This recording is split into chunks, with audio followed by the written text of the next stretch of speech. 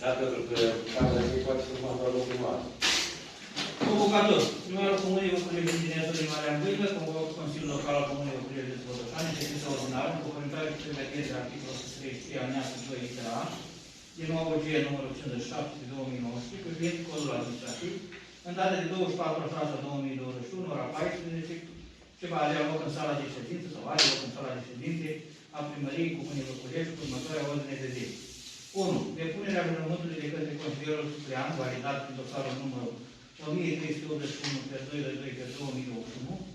2. Proiect de hotărâre privind revocarea hotărârii Consiliului Local numărul 29 din 28/4/2021 și probleme curente.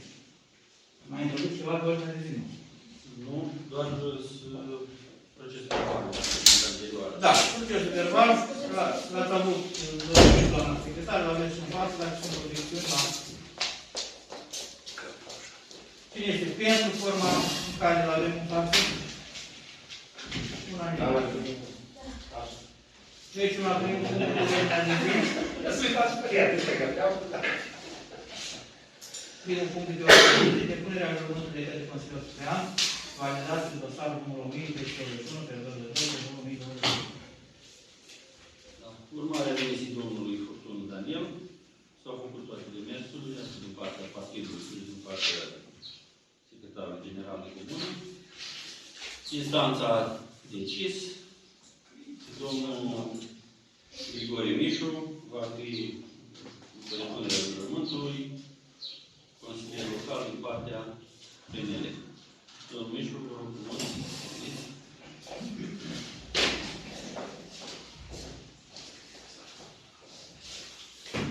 Nu s-a fi Constituție și Biblie.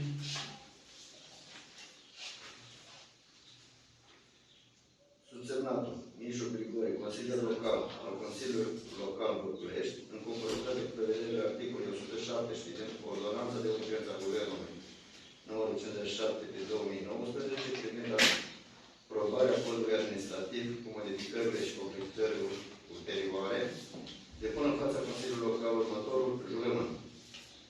Jur să respect Constituția și legile țării și să fac cu bună credință tot ceea ce stă în puterile și perceperea mea pentru binele locuitorilor Comunei Văculești. Așa să mi ajută Dumnezeu.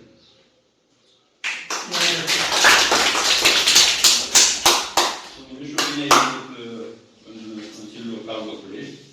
În calitate de primar al Comunei, vă doresc să aveți o activitate fructuoasă, prin ceea ce veți face sau veți spune, să creșteți valoarea Comunei și a tot ceea ce facem noi aici în Consiliul Local, să aveți respect față de colegi, colegi față de dumneavoastră, să dea Dumnezeu să împreună să facem din această comună, să facem ceva ce n-am fost niciodată.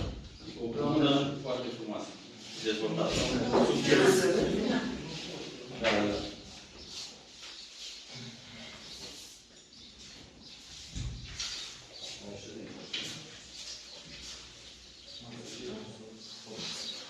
Una ori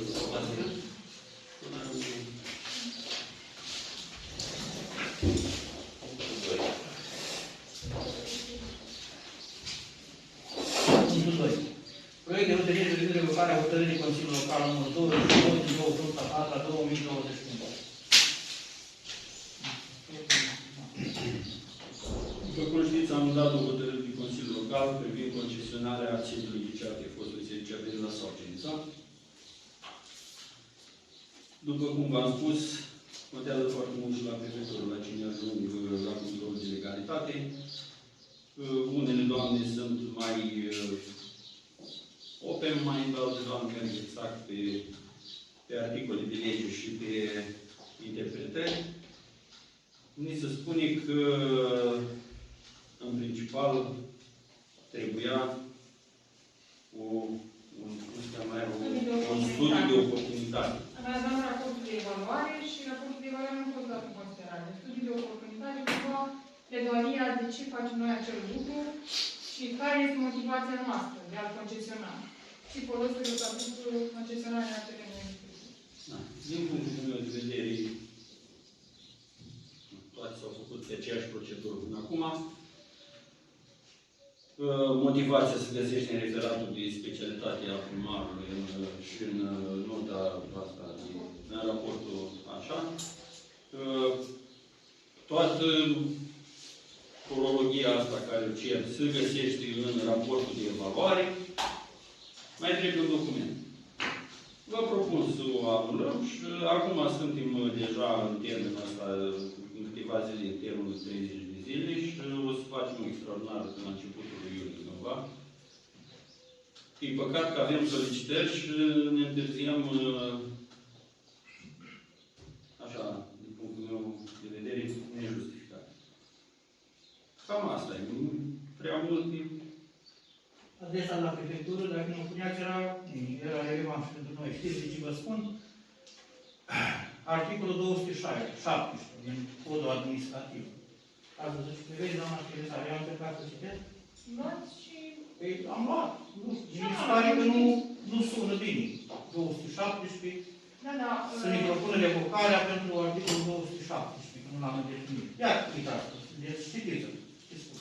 Eu l-am citit cu toate, domnul Diaconescu. Dacă vă sună bine, înseamnă că îmi sună și mie și nu nicio problemă. În rest, 308, 309, da, fac referire la o invocare la un primar. La 217, puteți. Eu trebuie revocat, nu, ca și o prefectura, dar propun să votăm tot astăzi revenirea. Nu avem voie. Nu amânăm, dar vreau să văd dacă am înțeles eu. Nu avem voie în aceeași ședință să revocăm și Facem o extraordinară. trebuie să facem o extraordinară, plus de asta că a fost pus în... Dar 217, dar tot asta ce pot domnul consilier? Dar noi citește, doamna secretară. Adică, În codul administrativ. invocăți 217 nu am văzut. 307. 307. Da? Da, aici scrie așa, articolul 308, articolul 309, 217, 362. Asta este din proiectul de hotărâre de la... Da. De la hotărârea de Consiliul Local. Cine... E din proiectul de hotărâre, nu din ceea ce ne s-a trimis de la prefectură. Nu se leagă de 207. Deci are relevanță. Nu are relevanță. Ia să citim. Instituția prefectului a comunicat că hotărârea a fost adoptată cu nerespectarea prevederilor în materia respectivă articolul 308, 309, 217 și 362. Da, deschideți dumneavoastră și ai probat domnul. Da, spune 217 ar fi ceva nelegal. Păi dacă uitați-vă, deschideți să citiți-l, ca să nu credeți că poate eu am înțeles greșit și îmi cer scuze. da, ca să mă lungim, eu zic că... Scrieți codul administrativ, Concluzia finală este să trecem la vot și în viitor să fiți foarte atentă. Dar nu este nimic, adică nu înțeleg, dumneavoastră nu faceți. Spuneți că ce? Că am invocat, eu Nu, sigur. doamnă, citiți 217. Dar citiți și dumneavoastră, nu l-am citit și eu, vă dați seama că Și voi intra la mine. adică, ca să, cred că vrea să spună că a făcut o greșeală prefectura ca invocat 217. E greșeala lor, merge Eu la mine. voiam să mă uit la adresă, dacă într-adevăr îi prins articolul 207. Puneți adresele de la prefectură, că doar nu e prins. Nu știu, activul, văd 317 în 2. 317? Da. Da. Deci spune clar aici, hotărârea numărul 28 a fost adoptată cu nerespectarea prevederilor legale în materie respectiv articolul 308, alineatul 4, articolul 309, alineatul 306, articolul 317, 307, nu 200, articolul 362. Raportul de aprobare. Ia uitați aici lângă asta. Știți acolo. Trebuia să pun. Da, adresa la dumneavoastră? Da, doamna secretară. Da, doamna secretară. Ei, doamna secretară să-mi copii. Și în loc de 307 și 207. Așa. Da? Eu greșeală de redactare, nu are legătură. Păi am zis că asta 207 și era vorba de perfecționarea. Da, da. M-aș fi speriat, Nu vă speriați. Nu, dar v-ați luat spatele de așa, găsile și toate. Acum să puneți și... Dar până acum am văzut fiecare dată și trebuie. Păi știu că le-ați spus, dar acum probabil... Nu, da, și voi greșiți, nu e nicio problemă. Da. Supunem la vot. Da, revocarea.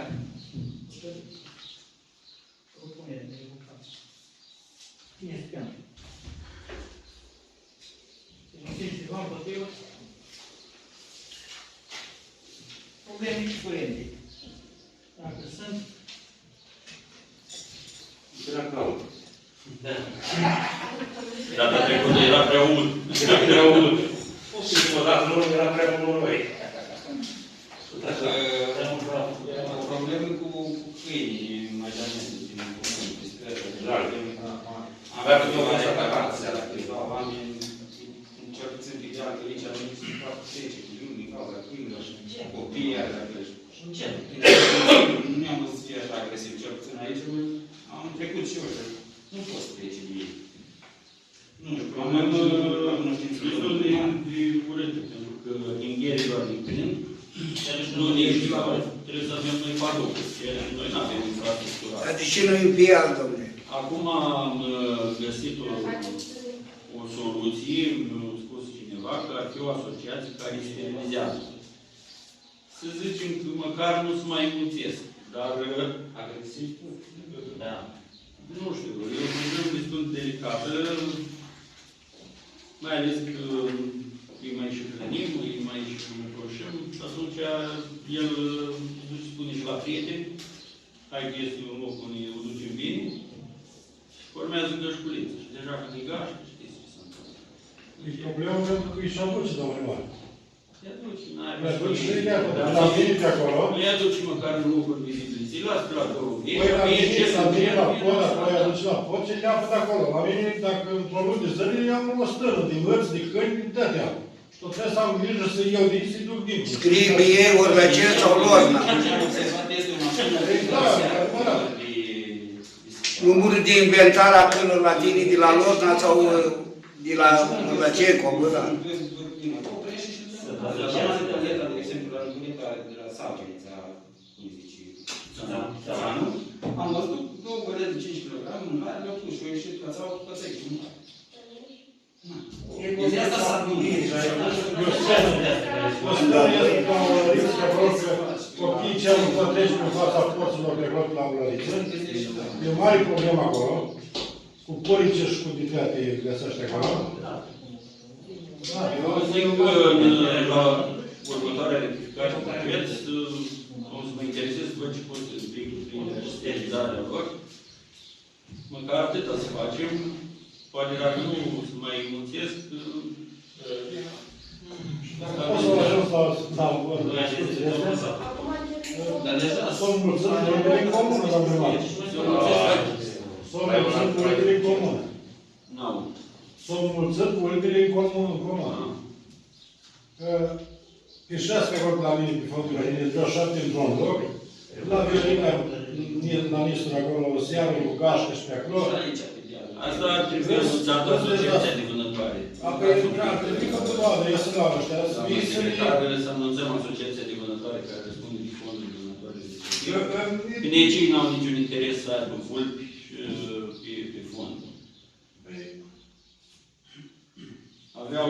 Mai aveți alte animale care trebuie invocate? Da, că mănânc găinile.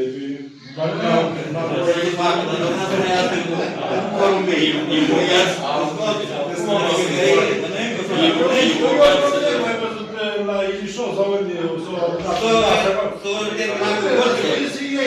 dacă s-o plătit, dacă s-o plătit, dă-și bine ei. Problema cu câinii și, de fapt, ce? Semnalat că sunt. Așa știm cu toți. Să găsim o soluție. Haideți să găsim o soluție. Poate aveți și dumneavoastră.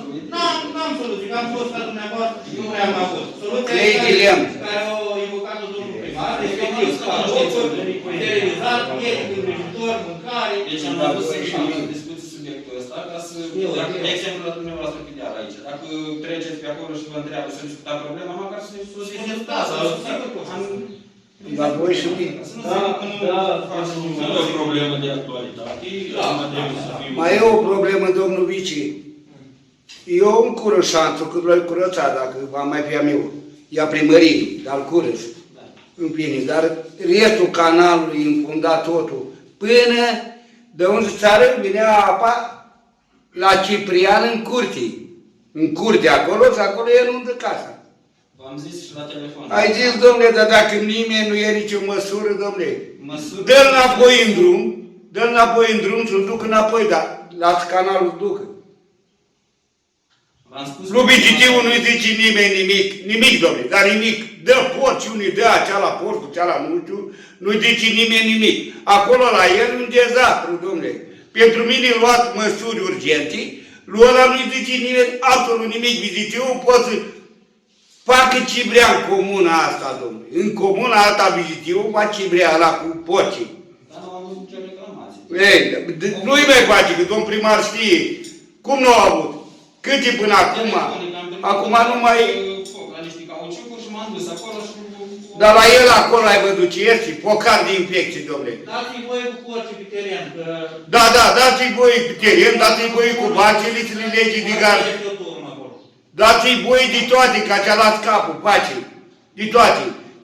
Că-i doamna la Apia, dai seama ce, domnule, doamna la Apia nu trebuie supărată. Vă dați seama ce norocire mare dacă îl tubi coțic Bigitiu. Taci că am fost noi și ne-am bătut pe toți, așa. Da. Este acolo, ne-au boxat tăzi din colegiani de pe șanțul pe Da. Bun. Hai. Am mai avut eu o problemă, am întâlnit cu niște cetățeni sau cine s-a vor cumva domnul primar, ne-a luat să-și acolo două rampe pentru noi, pentru tot așa, făcuți, de sări cumva la corpuri. Două de astea de Da. plastic sau din care? Nu bidoane de astea, nu tomberoane, nu. Rampe, așa cum s-a făcut în partea asta. La cimitirul unde? La sau, cine în spatele capelei acolo. Da, am fost acolo, nu știu părinte, n-am văzut grămada. I-am spus că nu am. La cimitir, spuneți. În primar am uitat să spun. La cimitir la sau, Cenița, toți cei care lucrează, morminti, ce fac cabouri, ce fac, domne, îi put morut pe niște morminte care au murit cineva care sunt crucele. Nu mai are cine veni, poate, în istorie, dezastru, domne. Eu am fost pe acolo și... Vă duc la Lorna, ai fost la banii câte partea ce e? Nu, am văzut cum lucra. Ai văzut cum, așa. Deci ați văzut, am făcut curat platou în față la intrare, parcare acolo. Așa, la gardul cealaltă, te uiți așa sobolani, grămada cu beton, care arată pe morminte, domne, beton. Și cine a Nu pus pot să acolo? stau să-i văzut Vai, acolo. dar cine a pus-o? Seamă ce are acolo, frate, mamă, tată. Acei care lucrează, Alu Sorohan, păi, dar eu nu-i păzesc eu. Eu spun cine a pus, nu-i păzesc eu. Ar trebui și cetățeanul din satul respectiv să aibă grijă. M-am dus de unde la cimitir, că lucra unul și i-am pus. Nu, am stat la cimitir și știu despre ce vorba. Știu. Păi fiecare să-și facă curat și la mormânt atunci când merge. Am înțeles, dar face curat, să-l duc acolo la mormintele cele alături, Nu acolo, să pui în față. nu mai are cine vine. Nu pe mormântul de veci. Uite, o stricat German acolo, sub mormântul, l-a făcut cabou. O carat sub gard, na. Uite că spun cine o carat, Alu Sorohan, German o carat, meseriașul care a lucrat, al Petrară. Să intervenă un pic mai târziu, după ce ne punem noi punctele de vedere. Da. Hai, mai așteptăm și reveniți cu ce mai aveți. Poftiți.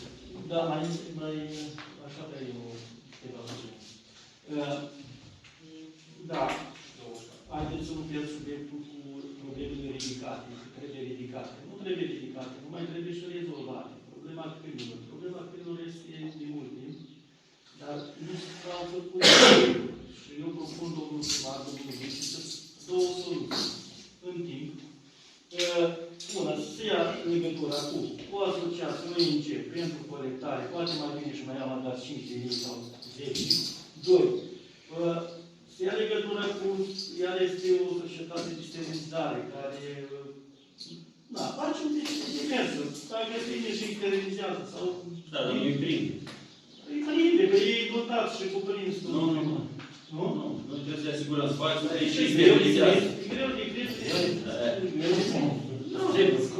Da, hai, facem consilieri locale, o placă și mergem în Bun, Prinde burgălău. executiv, dar atunci mă angajat și la primărie, dacă e vorba de care să pleci, că îi prind, ați plătit, aveți angajat să primărie, cum adică consilierii locali? Că nu care au altă treabă, nu ne luați, să duceți în teritoriul de acum. Adică, primării nu au un fișă postului să prinde primul.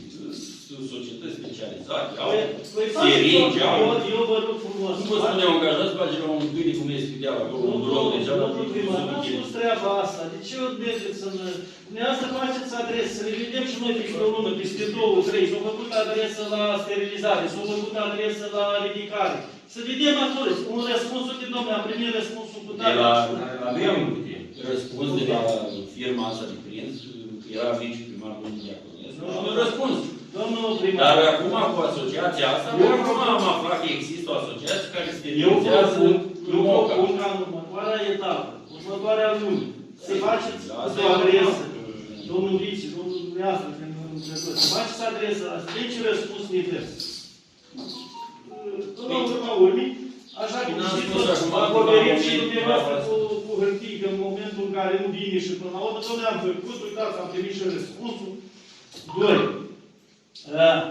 Domnul primar, am văzut școala la Saușenița, am văzut locul unde a fost căminul cultural Părlica.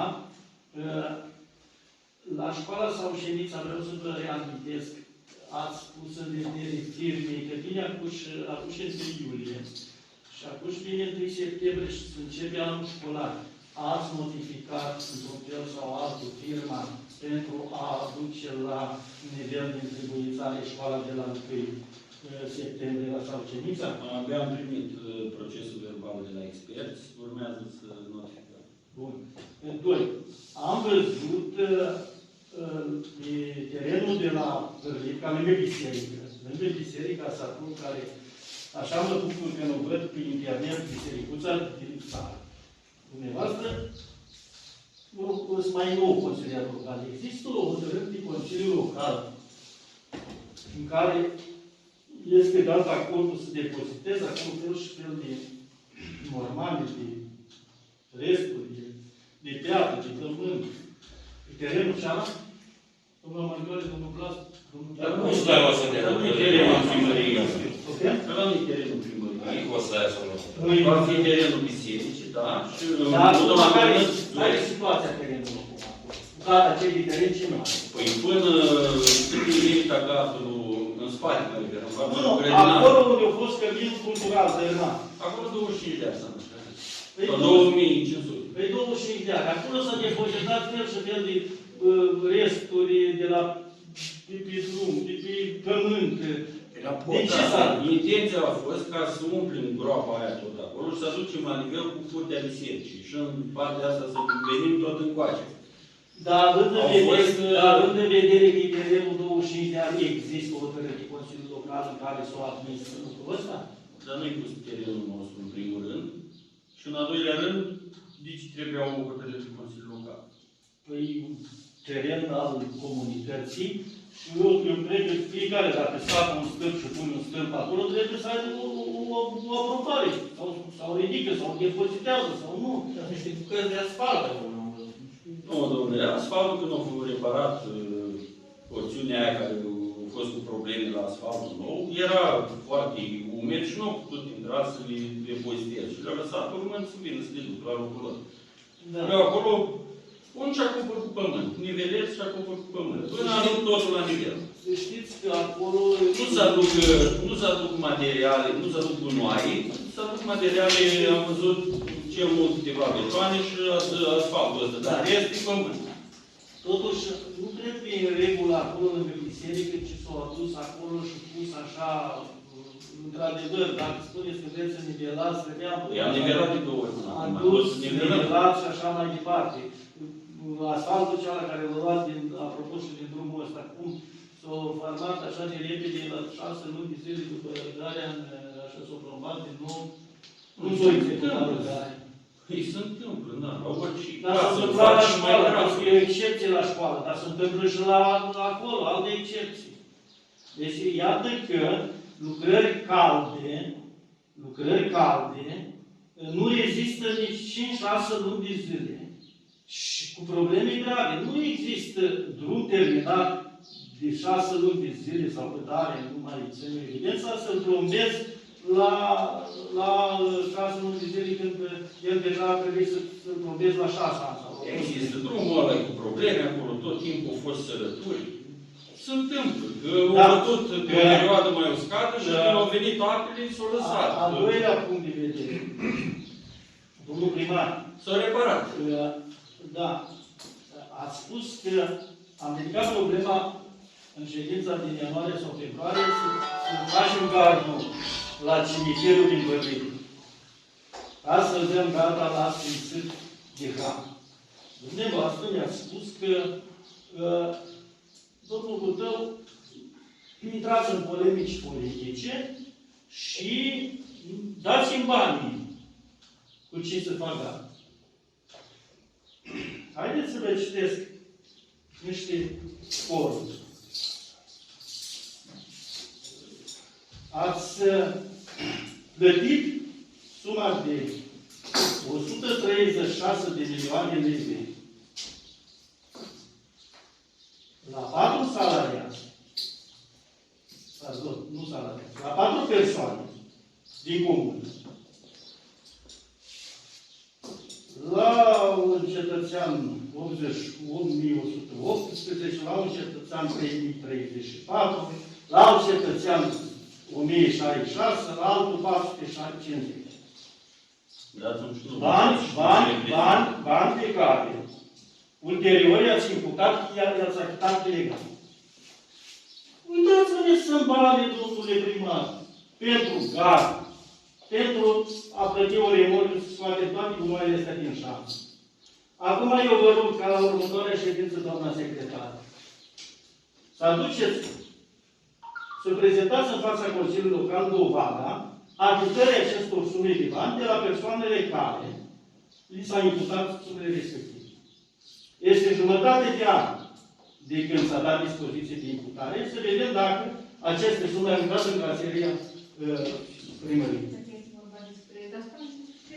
Dacă este vorba, stai așa că îți spune despre ce este vorba.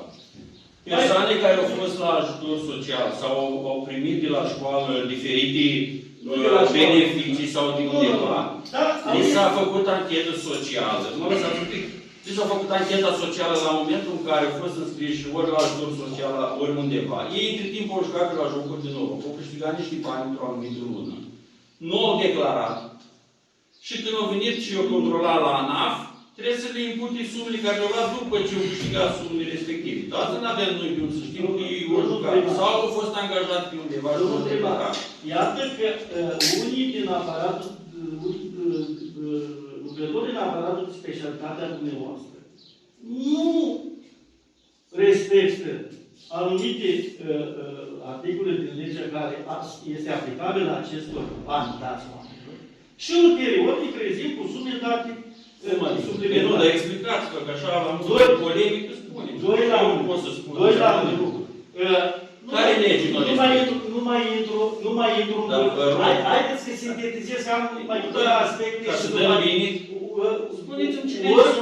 Oricum vi le aduc la cunoștință. Dar vi l-am ispat de la dar știți ce mai e mult la serie? Vă propuneți și mă afară. Cine sunt persoane și ce s-a întâmplat? Nu știm, noi suntem niște căpri de la unul la altul. Niște persoane care au reșit bani, care au venit, dar spuneți-și nouă. Poate ne trebuie să spună cineva. Întrebați-o pe doamna... Da, domnul președinte, la asemenea chestii, dar eu nu spuneți nimic aici. Nu mai intră de șantaj, dar nu spune. Da, dar din public, adică spune. Dar el a lucrat ca să așa 50 de milioane de la primărie ilegal și eu vin din pun, zic de înapoi. Să spun și atunci nu dau înapoi, se recuperează. Așa mă pun nu, eu vă întreb, s-au recuperat în 6 luni. Probabil dacă e de la angajață primărie, o să recupereze dreptate în salariu, că le reține salariate lunare. Nu știu dacă s-a recuperat toată suma. N-aș putea acum să spun direct. Nu, eu vreau să spun că răspund. Concluzia e următoare. Aplicați-vă mai mult asupra acelor angajați care dau aceste drepturi la persoane. Uitați, pleacă bani din bugetul nostru și în loc să meargă la investiții, iată că merg pe salarii, plus merg pe sume care după aceea le-au recuperat. Aici mi-a sume. Deci, a fost vorba de niște scoruri de hrană, care, deci, noi salariul nostru este viceprimarului, dacă nu știți. Da. Și depășit.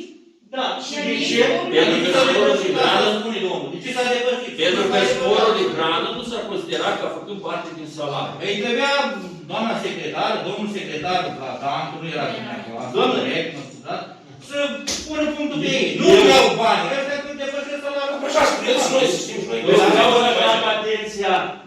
Vreau să atrag atenția, pe viitor. Pentru că nu m-am mai uitat pe 2019-2020. Surile alea de rost din 2021. Alea, de când s-o dat legea asta cu norma de grană? Nu, domnul, nu e adevărat. Dar mai puțin contează. Dar despre asta e vorba până la urmă. Despre așa ceva e vorba, despre sporul din grană sau venitul. Asta e la toate comunele s-o Și la sportul de așa, dar și la persoane, domnul. Da, Și la cine asta ce am spune? citit Și deja s-au câștigat procese. La Lozna, spre exemplu, câștigat procesul și... Dar deci vorbim și nu știm despre ce. Cel puțin noi nu știm. Dar de Deci ce vorbim vorbim codificat în mai dumneavoastră. mult? Spuneți cine, deci, sunt norme de hrană sau din îmbrăcăminte, mai De grană, nu, de de hrană, la aparatul primăriei și la persoane care... Asta a fost dat prin lege. Dar asta nu e problema, așa spune, nu de bani. Nu s-a specificat în lege că aceste sporuri fac parte din salariu și că nu trebuie să depășească salariul vicelui primar. 99,99% din AD-urile. Nu știu să spun acum. Dar cum nu știți? Dumneavoastră să te... Dar și eu trebuie să stau că... Dar 3 ani să le iau timp să le Da, să le rețin din salariu și Consiliul crește pe dată. Da, nu ai voie, mai mult de 30% sau nu știu. Domnul Da, primar, dar faceți cumva pe viitor să nu se mai întâmple așa ceva. În Să administrație, nu așa să mai întâmple, pentru că legile sunt de așa natură, obligate și în administrație totdeauna o să întâmple așa ceva. Păi da, de asta spun. În schimb, legea în fiecare zi. Mai dau câte un articol, câte o...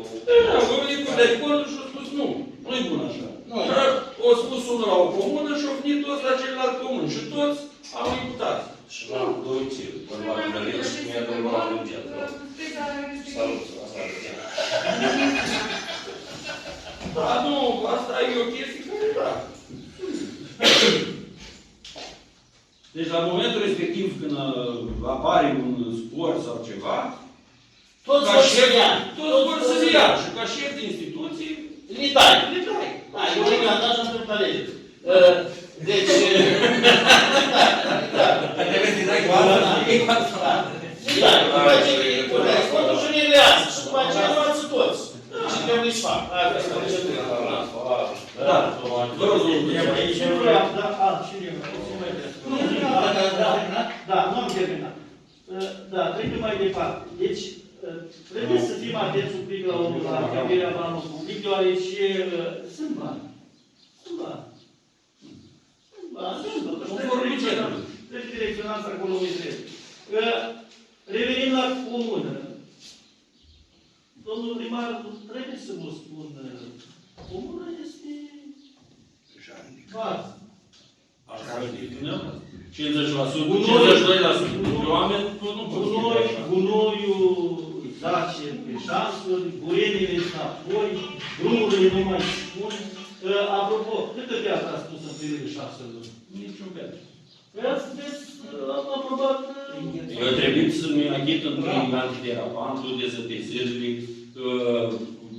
sărărița și după aia, din banii care rămân, să pune piatră.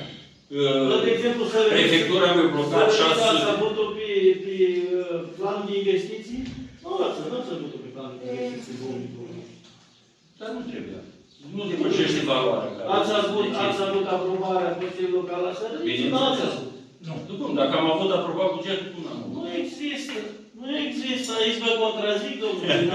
Dumneavoastră mergeți... Deci dumneavoastră trebuie să atenție!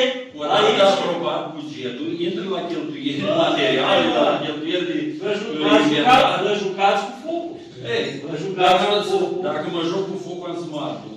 Dar deocamdată eu n-am să blochez Vă comuna. jucați cu focul pe banii publici, nu pe banii dumneavoastră. Dacă mă Aici joc e cu problema. focul, am să mă ard și o să-i dau înapoi. Dar de ce să-i dați înapoi, domnul Dar nu mă primar? ard, domnul Dumnezeu, că n-am luat sărărița și am dus-o acasă. Hai Sărărița este un bun care s-a Nu e folosit. scopul să ajung la sărăriță. Scopul este Păi nu, următor. dar Vreau deschideți un subiect și după aia când vedeți că nu mai aveți argumente, o cotiți. Domnule, să aprobă bugetul comunei pe capitole. L-am aprobat, da? De acum primarul duce la îndeplinire capitolele. Nu trebuie să stau la Consiliul Local să cer pentru un pix, pentru... Domnul Primar, asta e punctul dumneavoastră de vedere, mi l-a spus pe meu. Da, dar din punctul meu de vedere, din calitate de primar, toate eu în cap la mine să stau, pentru că ultimul articol scrie acolo, deducerea la îndeplinire răspunde primar. Domnul primar, eu mi-am pus un punct de vedere, dumneavoastră mi-a spus cu alt punct de vedere. Om vedea cine are dreptate. Stați, termin după ce spune. Un pic, domnul președinte, vă rog frumos, puteți să-mi voi că trebuie să ajung la ea. Sunteți de acord? Da, eu nu trebuie să vezi. Da. S-a dat totuși 60 ani la vorbă, hai să mai... Sunteți în voi frumos. Mai este ședință. Sunteți de acord cu domnul declarat? Domnul primar. Mai cu două întrebări și eu am terminat. Doamna secretară, spuneți, vă rog, angajările pe POCU, în ce bază legală le-ați făcut? Care este baza legală? Baza legală? Da. Este hotărâre care nu s-a aprobat. Nu. Baza legală privind concursul. Baza legală am avut comisie, întocmită. Eu vă întreb, baza legală ce legea care a stat la baza desfășurării concursului la cei 4 sau 5 angajați. Dar ce spuneți? Stați un pic. Deci au fost proiect de hotărâri, făcute prin Consiliul Local. Da, aia e baza Nu legală. ați aprobat, organigrama s-a aprobat. Nu m-ați înțeles. Așa. Eu nu vă întreb baza legală în baza cărora ați făcut angajare. De ce întrebați, doamnă secretară, și nu studiați dumneavoastră, domnul Deci nu Buzău? sunt petiții publice. Noi facem, domnul Buzău, nu supărați, dar noi facem cursuri aici. Da, dar noi facem cursuri aici. Ați făcut 4 angajări. Da. În baza cărei legi ați făcut concursul? În baza prevederilor legale în vigoare. Mulțumesc. Manager de proiect, îmi permiteți o întrebare, domnul primar. Da. Este? Da. Da. Puteți da un nume? Nu știu dacă a Cristina venit... Popa. Da, Cristina Doamna Popa. Cristina Popa este angajată. Da, mulțumesc. Nu este Da, și dictator voiam să vă întreb. Nu, domnul Paisu, domnul administrator, pentru proiectul trebuia să demareze și era nevoie de un manager de proiect, a fost pe o perioadă determinată. Da. Și dictator ne-ați promis. Păi investiam, domnul Decu. Da? Da, așteptăm să termine licitația. Doamne. Mi-am promis cu Iar primim mai ușor cu domnul Vici să facă treabă. Domnul, mai aveți ceva de spus? Mai am. Cum rămâne cu rezultatul de la cererea respectivă? O să primiți răspuns acasă, domnul Sans. O să primesc? Da. Dar nu primesc ca rândul trecut la 2 ani.